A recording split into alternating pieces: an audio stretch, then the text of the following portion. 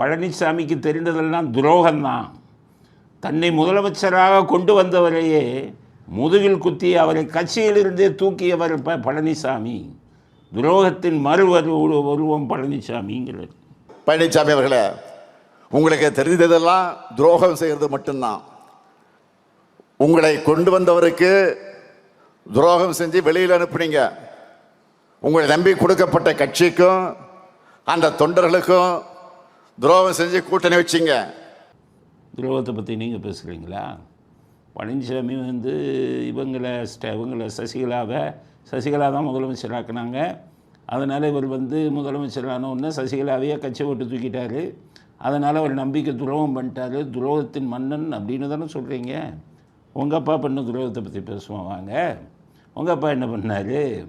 1969 அண்ணாதுரை இறந்த உடனே அடுத்த முதலமைச்சர் யாருன்னு வரும்போது எம்ஜிஆர் யாருக்கு இது கொடுத்தாரு ஆதரவு?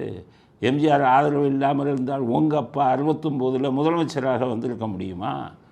அதுக்கப்புறம் 70 உங்கள் குடும்பத்து வீடு ஏலத்துக்கு போகும்போது படத்தில் நடித்து கொடுத்து உங்கள் குடும்பத்து மானத்தை காப்பாற்றினவராச்சே. அவரை நீங்கள் முதுகில் குத்தலையா? 72 அவரை கட்சியை விட்டு விளக்குனீங்களே. அப்போ நீங்கள் நம்பிக்கை துரோகத்தை பற்றி பேசலாமா? எடப்பாடி சசிகலாவை தூக்கி பற்றி பேசுனதுன்னாங்கன்னா, இவங்க சசிகலா செல்வாக்கில் ஒன்றும் அவங்க எடப்பாடி முதலமைச்சராகல. அன்றைக்கி இருந்த மந்திரிகளில் பெரும்பாலான பேர் அவங்க கையில் இருந்தாங்க, மந்திரி ஆகினாங்க. ஆனால் அன்னைக்கு எம்ஜிஆருடைய புகழ் பேர் அதில் தானே உங்கள் அப்பா முதலமைச்சரானார்.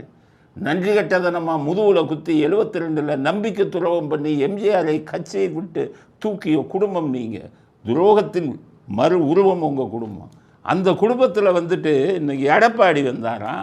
எடப்பாடி சசிகலாவை தூக்கிட்டாராம், நம்பிக்கை துரோகம் பண்ணிட்டாரான். அதெல்லாம் பேசுகிறதுக்கு உங்களுக்கு தகுதி இருக்கா அப்படிங்கிறத ஸ்டாலின் யோசிச்சுட்டு பேசுங்க. மைக் கிடைச்சா எதை வேணாலும் பேசிடுறது.